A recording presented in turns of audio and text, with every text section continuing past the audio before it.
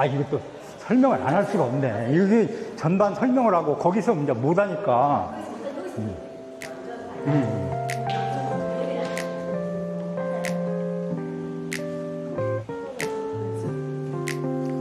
이게 이제 저기를 이제 아까 얘기했던 능침 공간이라고 하고, 이거를 상계라고 불러요. 여기서 여기까지를. 그 다음에 이게 문인석인데, 문인석이 서 있는 걸 중계, 저쪽을 하계, 이렇게 얘기하고, 여기에는 대개 이제 문인석과, 그 다음에 이제 저기 성마, 이렇게 돼 있는데, 문인석은 반드시 이 호를 들고 있어요. 이걸 왜 들고 있었을까? 이렇게 묻는다면, 실제로 임금을 가까이서 죽일 수 있는 거는, 이게 이제 칼을 숨기고 있다가, 이게 소매가 기는 걸 입잖아요. 그러니까 이 속에 넣고 있다가 찔릴 수 있다는 거야. 그러니까 그거를 방지하는 방법은 이걸 이렇게 들고 있게 만드는 거야. 그러니까 양손을 모으고. 그러니까 이거에 절할 때는 또 옆에다 끼게끔 이렇게 해놨어요. 그래서 이제 사배를 올릴 때는 옆으로 끼는데, 문인은 반드시 임금 가까이 있기 때문에, 이게 보필지신이라고 하는데, 임금 가까이 있는 이 사람은 이 호를 들고 있어가지고, 임금을 죽일 사이를 없애는 거예요. 임금을 죽이려고 하는 그런 것들을 없애는데, 여기 중에 우리가 제일 그거같이 보는 건, 이게 사실주의에 의해서 아주 섬세하게 조각해갖고 인간답게 만드는데, 이건 또 그러지 않아요. 그래서 이제 나중에 올라가면서 이제 보게 되면, 여기 이 상단부가 전체 몸의 한 3분의 1을 차지해. 그러니까 의외로 이 부분이 좁고, 그 다음 밑에 하단부는 얇게 처리해서 상단부를 중시하는. 근데 여중에 표정을 잘 살려놨어요.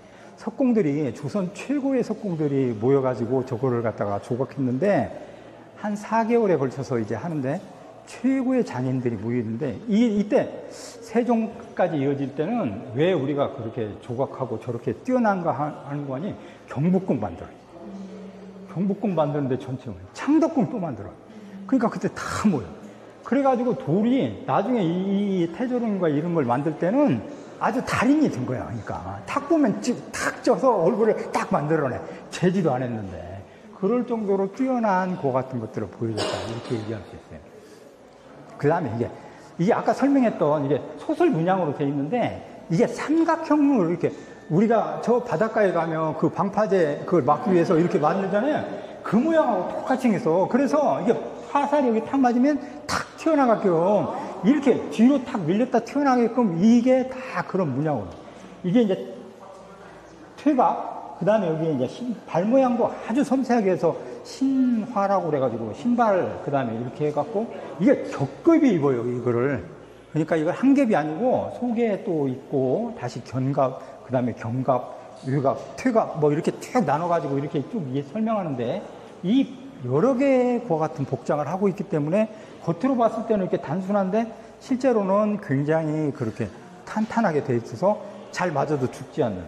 그 다음에 여기다는 칼인데, 귀문 문양을, 귀신 모양의 그 문양을 넣어가지고, 적에게 공포감을 심어주는 그런 역할을 해내게 만들었어요. 그러니까 전쟁에서 지고 이기는 건 자신감이에요. 긴장하고 적한테 그렇게 굴복당한다 이렇게 되면 실제로는 그 전쟁에 지는 거예요. 그래서 아프리카 사람들이 자기의 그 얼굴에다가 이렇게 표상을 하고 그렇게 막 분칠하고 그렇게 하잖아요. 그 상대방의 위압감을 주려고 그렇게 마스크를 그렇게 하는 거예요.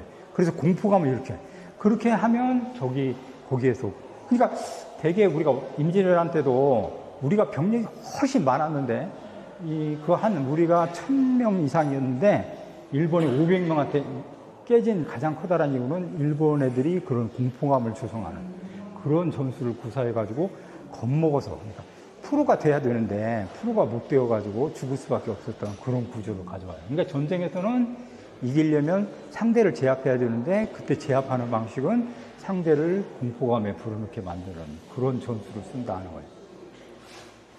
성마는, 여기 한 개만 더 설명하고.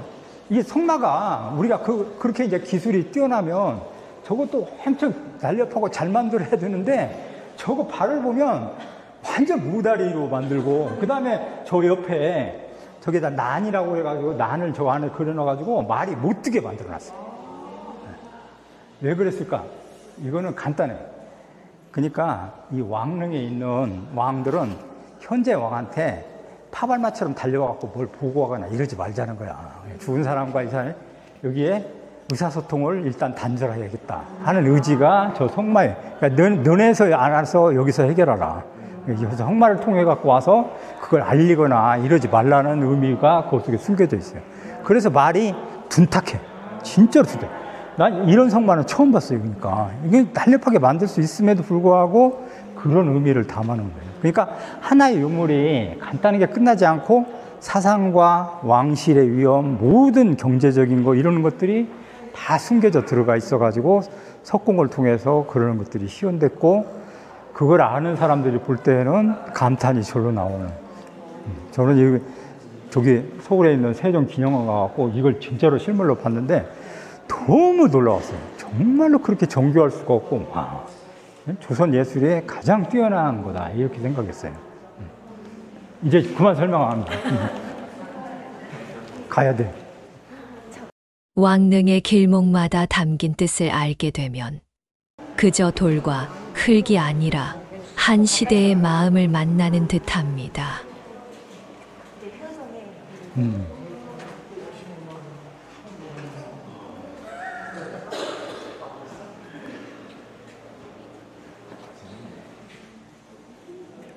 이 효정은 편안할 영자를 썼어요. 앞에는요, 꽃뿌리 영자 쓰고.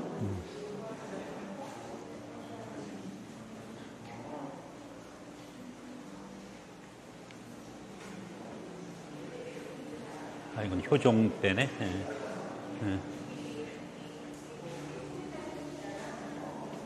높이. 효종도 업적이 엄청나고 뭐. 효종은 나라의 안녕과 백성의 평화를 깊이 바랐던 임금이었습니다.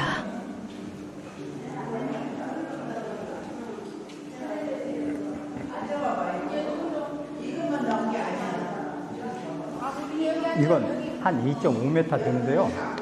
3점 몇 m짜리였어, 왕릉에 가보면. 그러니까 왕실의 그 위험을 살려야겠다는 건 시대적인 거에 맞물려가지고 왕실의 위험을 높이려고 할 때는 이걸 높게, 위험 있게 만들고, 한순간에는 1.몇 m, 1.8m 그 정도 돼가지고 인간하고 같은 크기로 이렇게 만들고. 그러니까 그 시대별로 다 달라져요. 묵묵히 서 있는 석상들은 세월의 풍상 속에서도 변함없이 왕실의 품격을 지키고 있습니다. 그 곁에 서면 마치 시간의 강을 거슬러 옛 왕조의 품 안으로 걸어 들어가는 듯한 기분이 듭니다.